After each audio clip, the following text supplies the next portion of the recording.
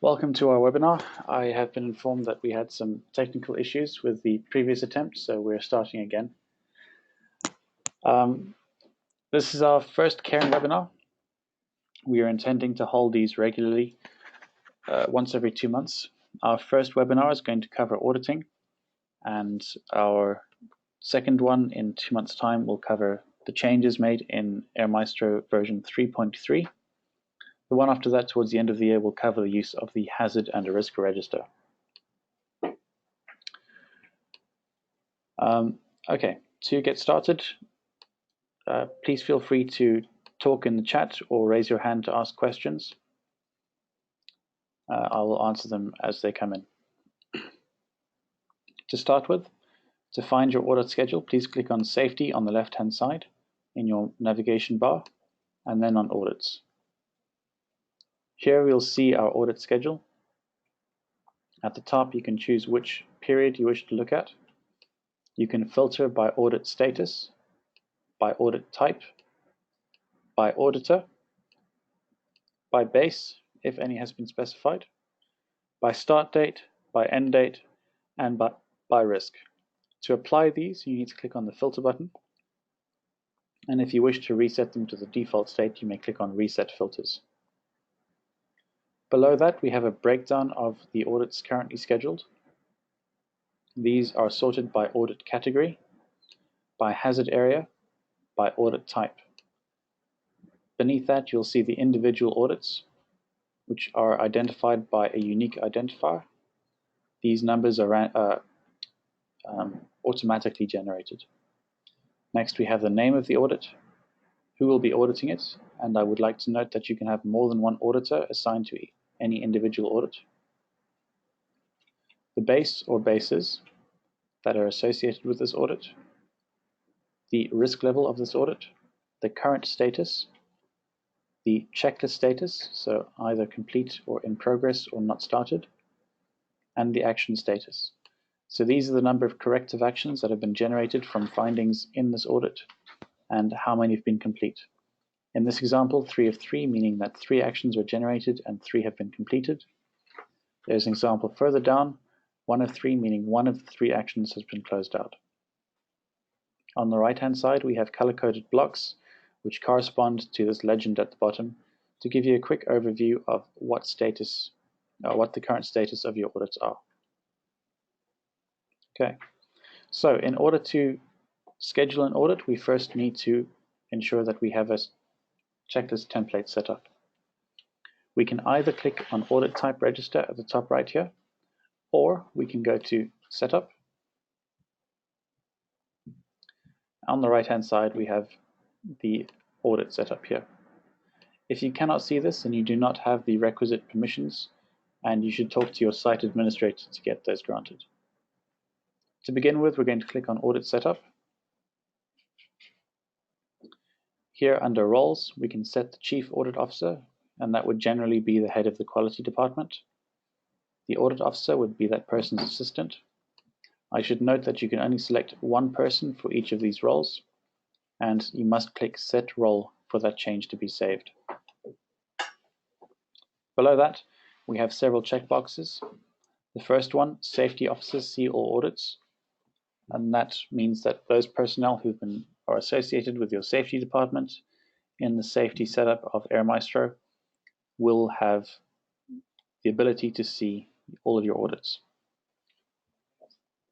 Checklist tab visible to non-auditors means that those personnel with the appropriate access permissions will be able to see your checklist, and the same thing goes for your summary tab. Finally, there's a checkbox that enables risk levels to be set per finding and per corrective action. If you disable that, then those boxes will not appear. Below that, we have audit sign-off authorities, and these are sorted by risk. So as an example, for an audit with a low risk rating, you can have your base personnel do it, whereas for an extreme risk, you would probably want your Chief Audit Officer to review that audit and sign off. On the right-hand side, we have a list of approved auditors. So these could be things like your base managers who need to audit their base and make sure it conforms to the standards. Our next tab is the Audit Schedule, and this contains two options. One, to choose how you would like the audit schedule to be displayed, either quarterly, monthly, or rolling monthly. And then we have the option to always display the scheduled start date, which I think is a good idea to have. Next, we have categories, which is possibly one of the most critical parts of the audit setup. These audit finding categories can be thought of as a very basic, high-level root cause, which can be further refined if you so wish.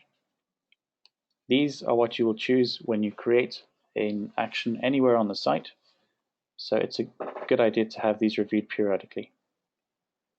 Below that, we have the audit hazard areas, and these, as you saw in the audit schedule, will be used to sort your hazards, your audits, into the appropriate areas of the organization, and these are also carried through into your hazard and risk register. Ideally, you'll be conducting audits to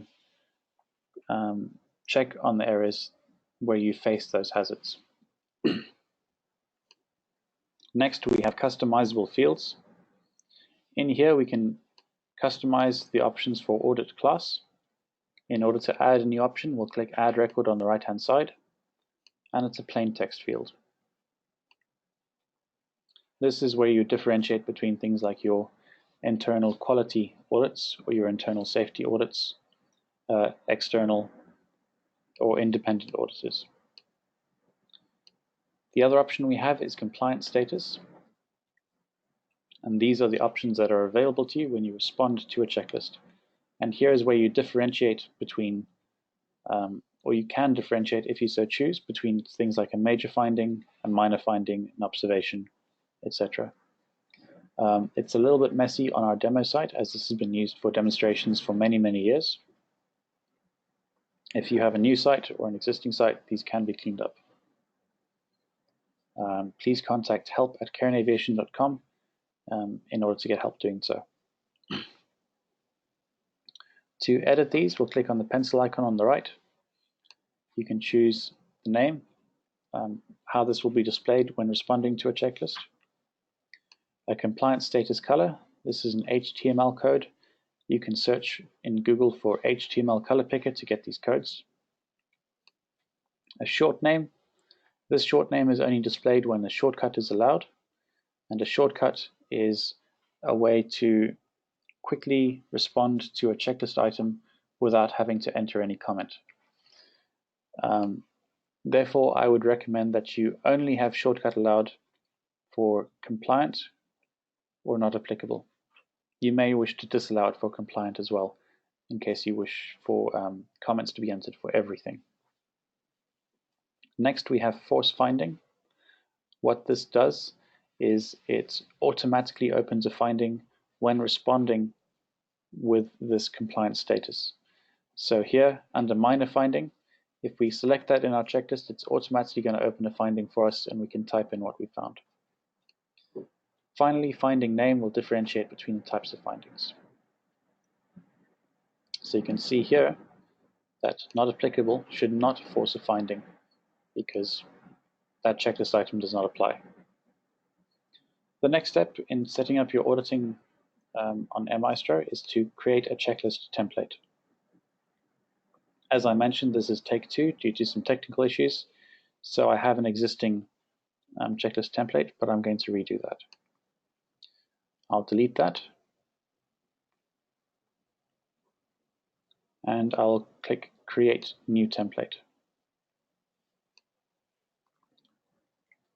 I'll call it Webinar Audit. Is modifiable means that this template may be altered for individual audits that you are carrying out. We'll go through what that means a little bit later. And then allow expected outcome response will include a second text field when setting up your checklist to allow you to record what you expect to see. And it's a great tool to help your auditors know what they are looking for. So for example, if you're carrying out a 90-day records audit, your checklist item would be, are passenger manifests correctly stored for a period of 90 days? And your expected outcome would be, yes, they are recorded, they are in our archives room, they're readily accessible, and they're retained for a period of a minimum of 90 days. Okay, so I've added the webinar audit. It's showing here in the table, and I can click the pencil icon to change those options, or I can click on the magnifying glass and start creating the checklist itself. You'll see here that we currently have three options: add header, save as template, and add items from an existing checklist. We can click add items from an existing checklist to import the checklist setup from an existing template. I'm not going to do that today. We can click save as template to save it as another entry in this table. But to start populating it, we're going to put in our first header.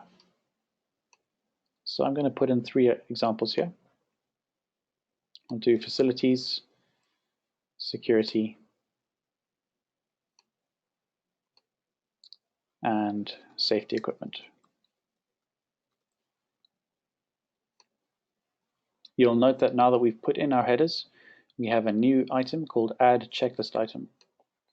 If we click on that, we'll have our checklist item name, which would be, for example, fire extinguishers. Our reference item is what piece of documentation defines how this checklist item should be treated. So our safety management systems manual may have entries on where fire extinguishers need to be located and how often they should be checked and serviced. The reference number is where in this reference item you'll find the section dealing with fire extinguishers. So I'm going to put an example of Chapter 8, Section 1.2. Our description are fire extinguishers in place and maintained. I should note that you can have, this is a rich text field, which means you can include bold, italic, underline, different fonts, font sizes, colors, highlights. There's an undo and a redo button, increase and decrease indent, numbered list, bullet list, and if you're pasting from an existing Word-based checklist, you can click on that and paste your text in here to clean up the formatting. We have our expected outcome, which we did enable for this checklist template. And for fire extinguishers, we expect that they are in place, they've been serviced, and they are readily accessible to staff.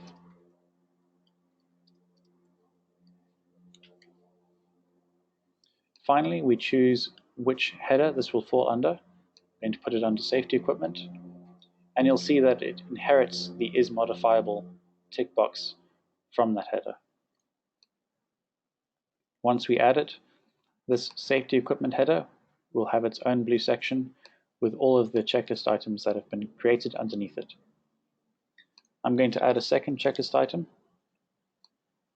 We'll call it front gate.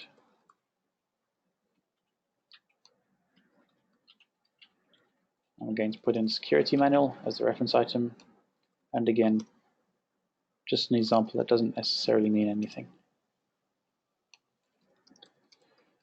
Is the front gate secured with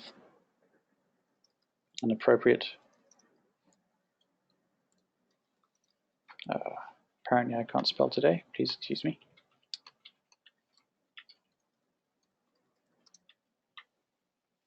Access system.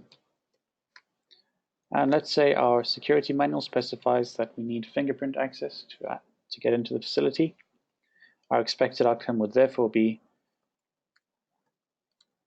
all front gates have fingerprint readers, and the list of the approved prints is audited regularly.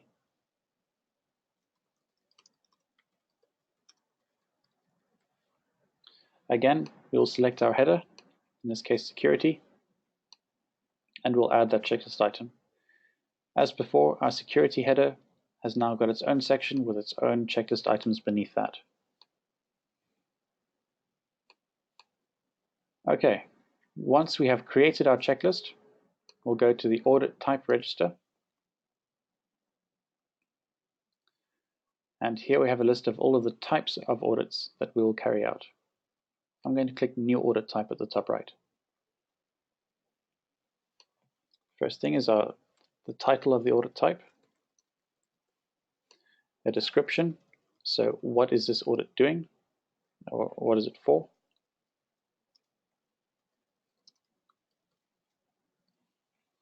Again, these are all rich text fields. The audit class, as we set up in the audit setup, I'm going to say internal quality, and the audit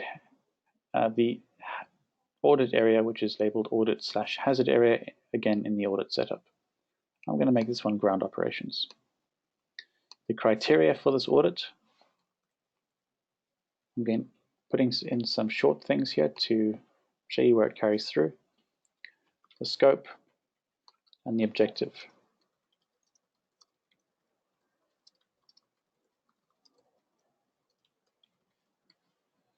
Finally, we have the default risk index, and this will carry through to determine who the default sign-off personnel are, as specified during the audit setup. I'll make this one high. And then which checklist template this audit type is going to be using. We'll click Update. If we go back to our audit type register, you will now see that our webinar audit is here. That's the previous one I did during our technical difficulties. And this is a prime example of how we can archive an audit type that we are no longer using. At the top right, you'll see we have a Set Non-Active button. Clicking that will set that as inactive, which means you cannot schedule audits of that type anymore. It will not remove your records. You'll still have those audits in your old audit schedule. They'll still contribute towards your statistics. They just won't be available for new audits. If you wish to re-enable it, you can click List Non-Active Audit Type, and it will be there for you to reactivate. Okay. Now we come to actually scheduling an audit itself. To do so, click on Safety. We'll go back to our audit schedule. And at the top right, we have a button that says New Audit. Upon clicking that, we'll be prompted to select what type of audit it is, the name of the audit, which auditors will be carrying this out. I'm going to select these two. And we are able to specify one or more bases which this is associated with. Then we have our planned start date and our planned end date. Once you've entered that, you can click Add, and you'll see that our audit is now entered under the hazard area, or I beg your pardon, audit category, then hazard area, then audit type. Our audit is red because it is now due. And I want you to also note that only this audit here has the ability to be deleted. You cannot remove an audit once that has been started, and this is to ensure the integrity of your records. To start our audit, we'll click on the magnifying glass. We have our details page, which is carried through from the audit type setup. We can edit this and edit these criteria and scope and objective. Hopefully you would only do this once because you have done it in the audit type setup. Below that, we can select, put in contact details. I'm going to put in mine.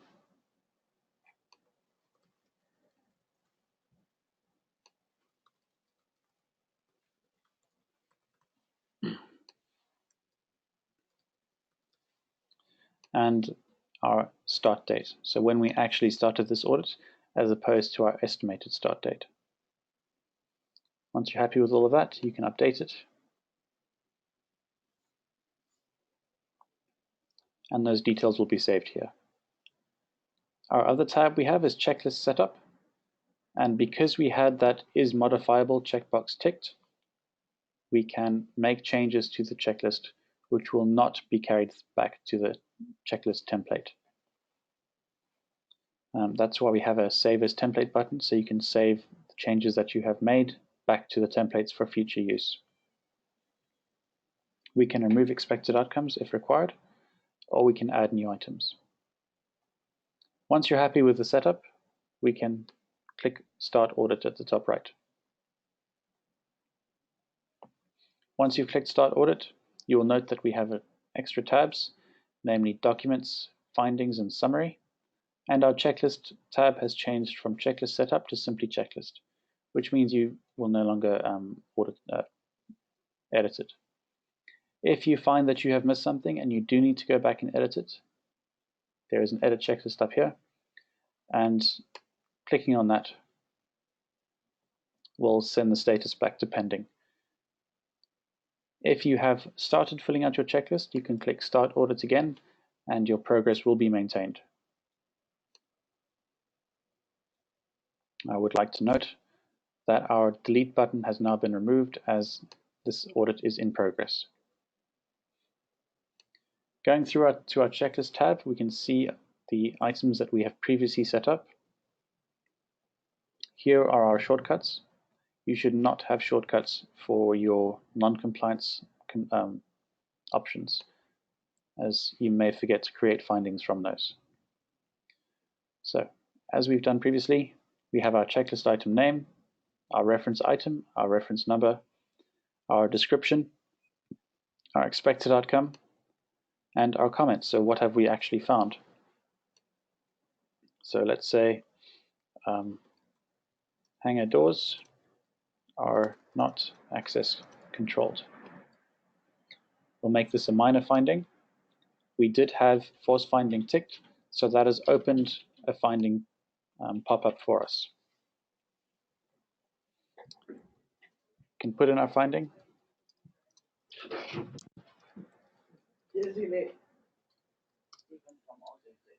And this can be any text you like. Again, it's plain text. We have risk levels per finding and action ticked, so we have the ability to specify a likelihood and consequences, which will feed into the risk index as set up elsewhere in the site.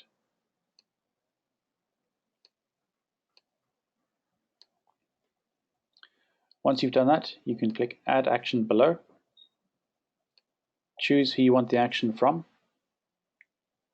I'm going to ask Rob. What due date, so when you want this done by. It's always going to be in draft until we go and review our findings. Our action type, request for corrective action or suggested improvement. This can be edited or added to under AM data. Our cause category, as we set up under categories in the audit setup page. In this case, we don't actually have a good one, so that would be something that needs to be fixed. I would like you to note that our root cause, remedial action, and corrective action are not mandatory fields. They can be filled out after discussion with the requestee. Avanet is currently implementing the option to have this filled out either by the requestor or the requestee based upon a toggle. Okay, so our action required would be to implement fingerprint readers for hangar access. And we can assign a risk level to that as well. My rule of thumb for using this for actions is what would be the likelihood and consequences if this action was not taken. So those are your stakes.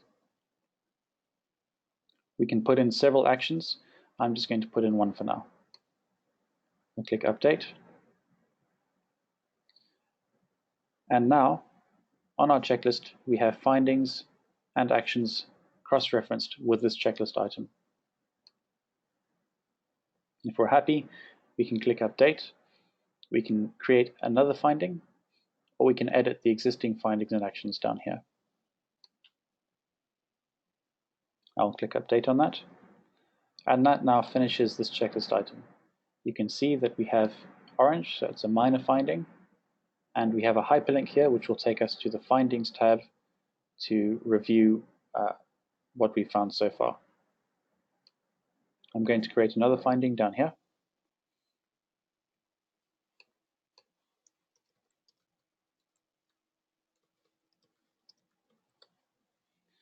We'll make this a major finding.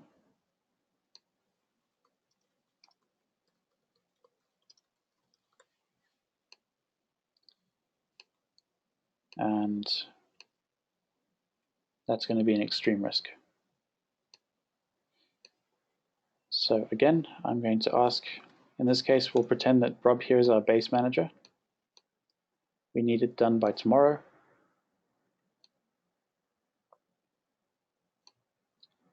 And again, our cause categories need some work, so we need to go back to audit setup and fix those.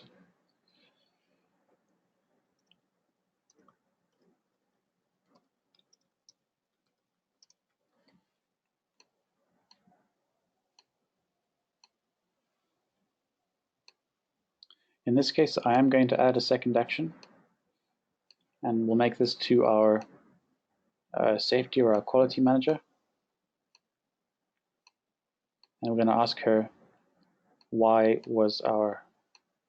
to investigate why this hangar has been used without any fire extinguishers.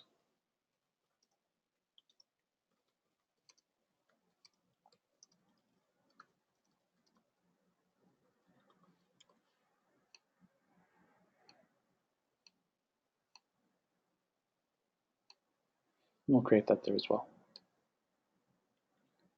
Okay, so we've clicked Update on our finding. We can now see on the right-hand side that we have Audit 84, Finding 2, and under that we have two actions, Audit 84, Finding 2, Action 1, Audit 84, Finding 2, Action 2. We're happy with this now. We'll click Update. Again, this is color-coded according to the compliance status setup, so you can have a quick reference of what status each of these checklist items is. Under Documents, we can upload any type of document. If you wish to include it in your audit report, it should be a JPEG. I'm going to see if I can find a picture for us. And we can go and associate that with an action. So in this case, it would be no fire extinguishers at safety equipment stations.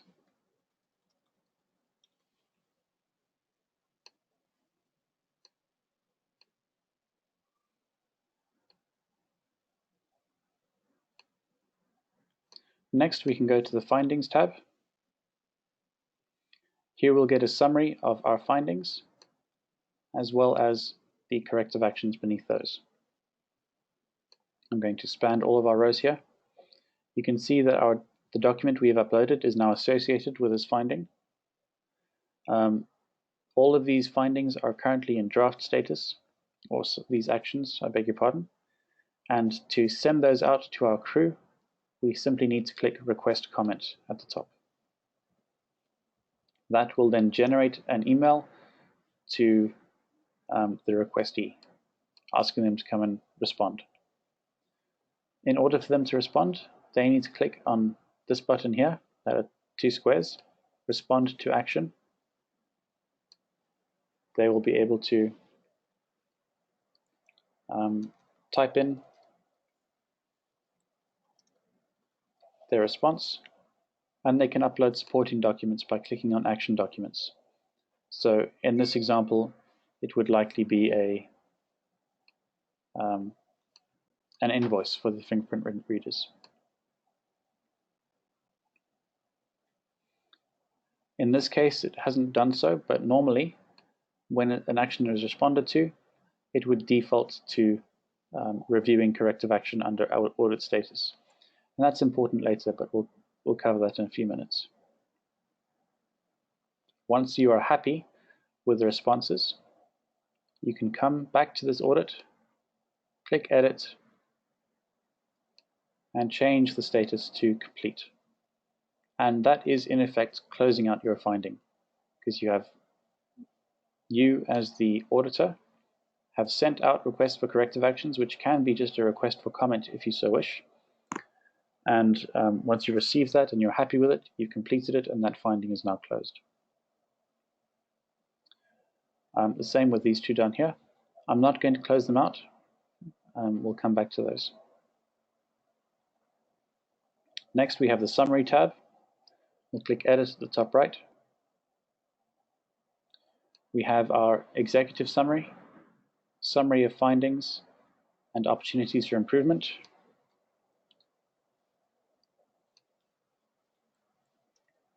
I'm going to put in a little bit of text here.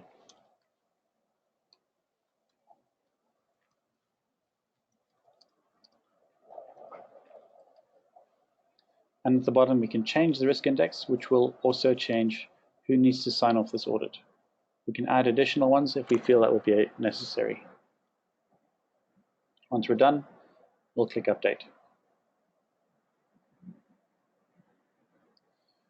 Finally, at the top right, we have two options that we haven't looked at yet. We have Export, which will export your audit into an audit report as a Word document. You can see that we have attached our image. Unfortunately, only JPGs can be attached. And here is our audit. Yours will look like this. If you wish to have your own company picture at the top, that can be done. So you have details of all of your checklist items, your reference documents and images, finding summaries, and executive summaries, summary findings, opportunities for improvement, etc. Finally, we have request sign-offs. Because I am designated as a sign-off person, I will now receive an email telling me that I need to come and sign off this report. And as you saw, there was a prompt warning me that there are 2 open actions on this, and I need to make sure I want it signed off now. In order for me to sign off this audit, I can come through and look at all of the details. You'll note that the checklist now cannot be edited because this is under review. And if we're happy with all of these details, you click on your own name there, put in your password, any comments,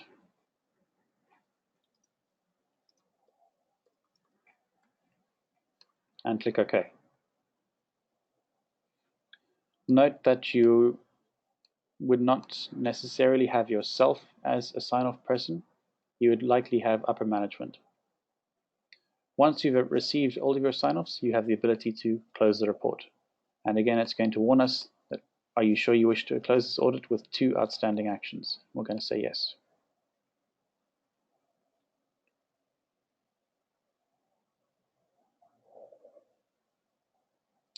You'll see that our audit status is now closed. And going back to the audit schedule, we can see that that is now green to indicate that it is closed. Okay, I'm going to send out a poll for you quickly. Let's see who can tell me where you need to go to see your auditing statistics.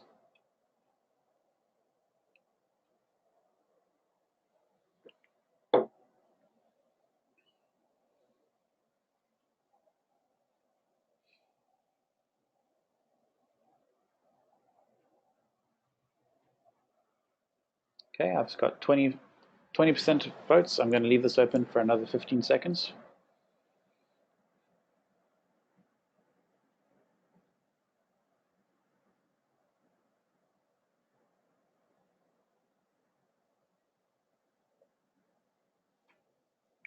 Okay, very good. Everyone who answered got it correct. We go to the Audit Dashboard. To find the Audit Dashboard, we'll click on General on the left-hand side, Dashboards, and Audit Dashboard. You can have several instances of any dashboard.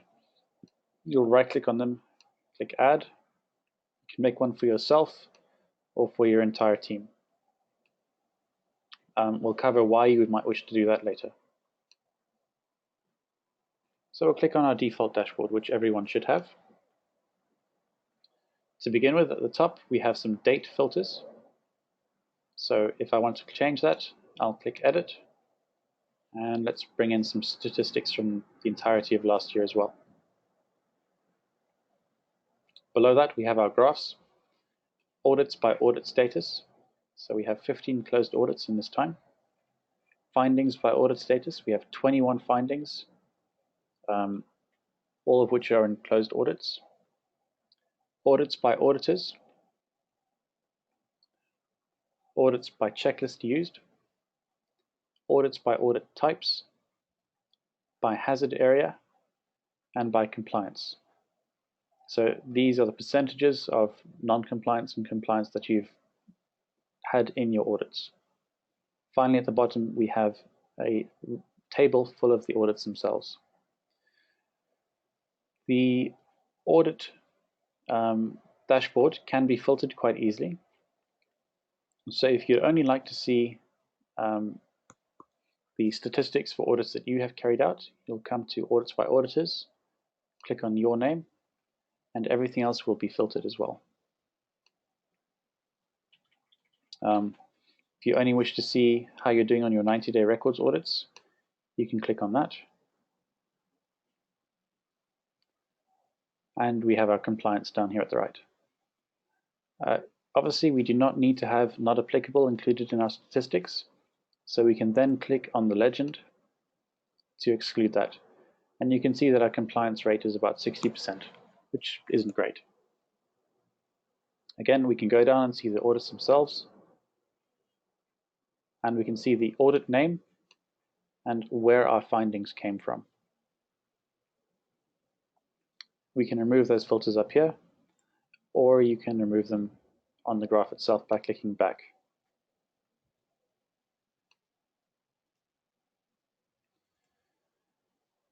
Okay, so the reason that we may wish to have several audits is you can customize your filters and then save them. So if we wish to quickly reference our 90-day records audits in future,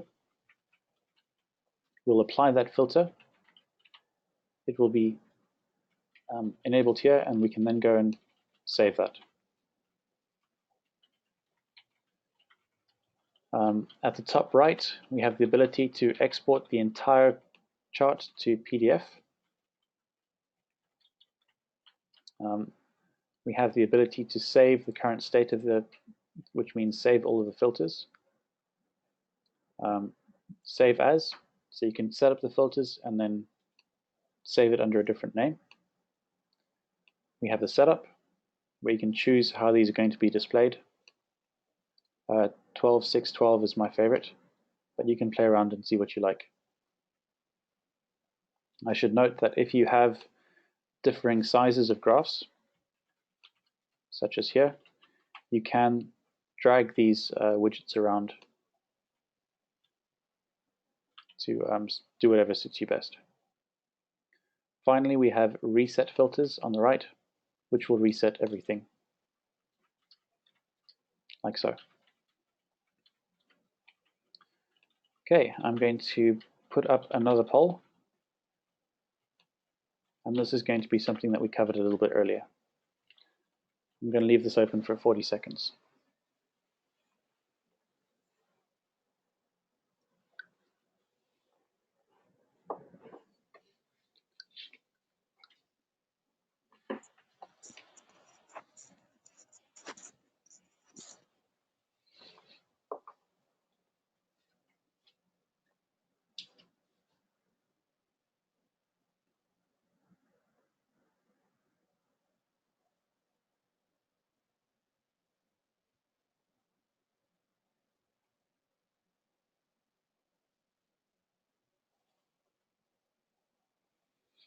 Okay, 50% of you got that right. Congratulations. The correct answer was that the Force Finding checkbox will automatically open a finding when you select the appropriate checklist response in your checklist.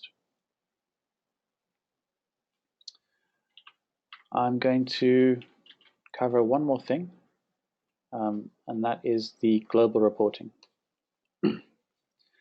So if you find for whatever reason that the audit dashboard is not meeting your reporting requirements, you can come here to global reporting and create a customized report to suit your needs. So we'll click New Report. We'll choose which module we want to report on. In this case, we'll do the audit. What data from this report module do we want to look at? So we're going to see audit types, the title of the global report, and the description. So what I recommend putting in the description is what data this report is going to return and how you're filtering it. In report columns, you'll choose what information you want to be displayed. So audit type and audit class, for example. Report layout is a way to choose how you want this to be laid out. So we can change the names of the column headers, we can change the style, the font, the alignment. We can choose what we want to do with the details, including setting different alternating colors. In the report footer, we can do calculations such as a count of the rows. In step 4, we can set up our filters. So if we want to get a report on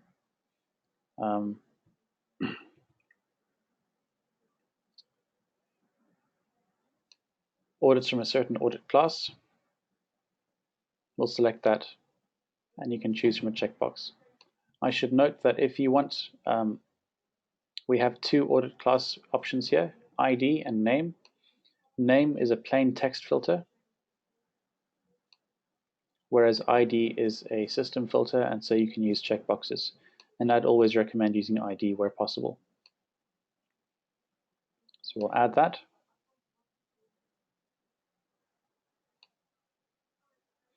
Our report schedule allows us to automate this report, and it'll be sent to an email address specified here. Finally, we can come to step 6 and view the report based on the filters that you run. There's not too much I can say. If you'd like assistance with this, please do contact us at help@Aviation and we'll be glad to give you a hand. All right, that's all we have for you. I'm going to run one more poll.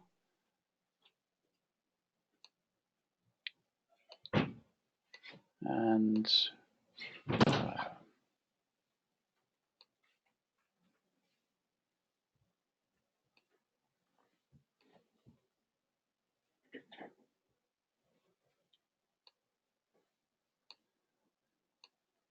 these are just going to be very simple true or false questions.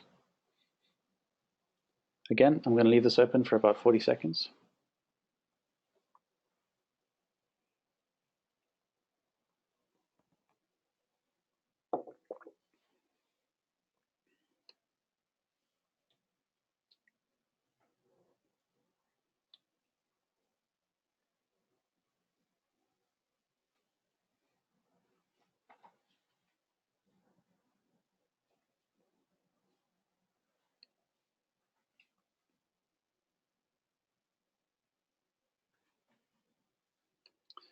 Great job. Most of you got it correct. The answer was true. You can have multiple auditors assigned to any one audit. I'm going to launch another poll for you. Just a quick review.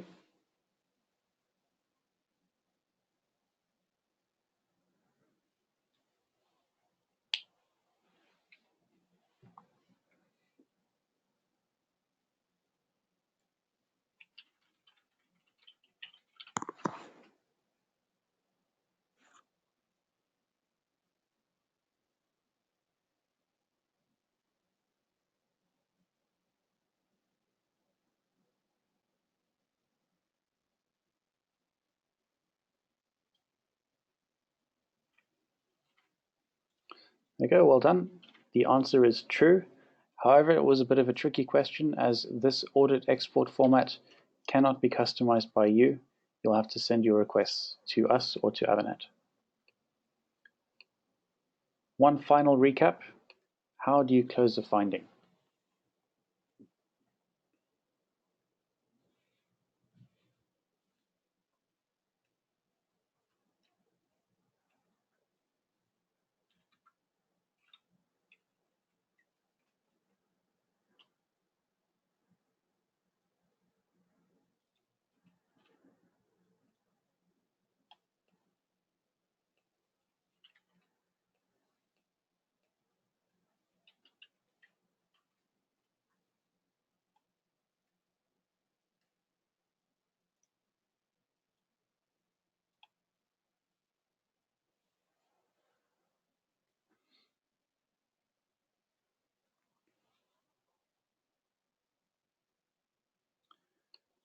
Well done, everyone. The correct answer was complete the corrective actions generated from the finding.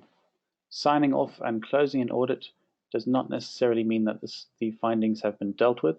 The sign-offs and closure are more to indicate that the audit was done and done to a high standard. Right, I'm going to leave the floor open for 5 minutes or so. If anyone has a question, please do put it into the chat or into your raise a hand button.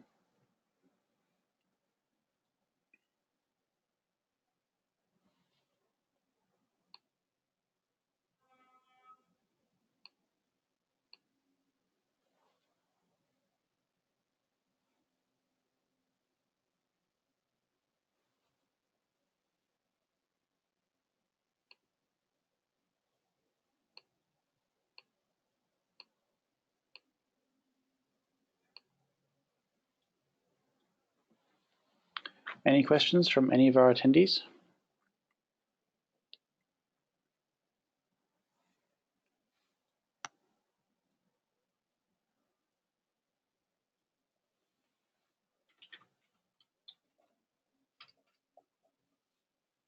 I should note that this webinar has been recorded and we will be uploading it and linking it in our next newsletter.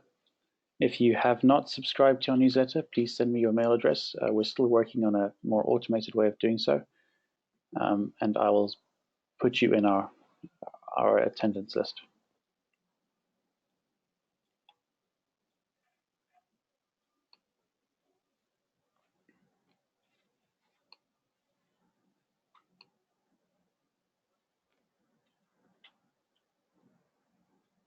Okay, I'm not getting any questions through, so I'm going to end it here. Thank you everyone who attended, and I will see you next time.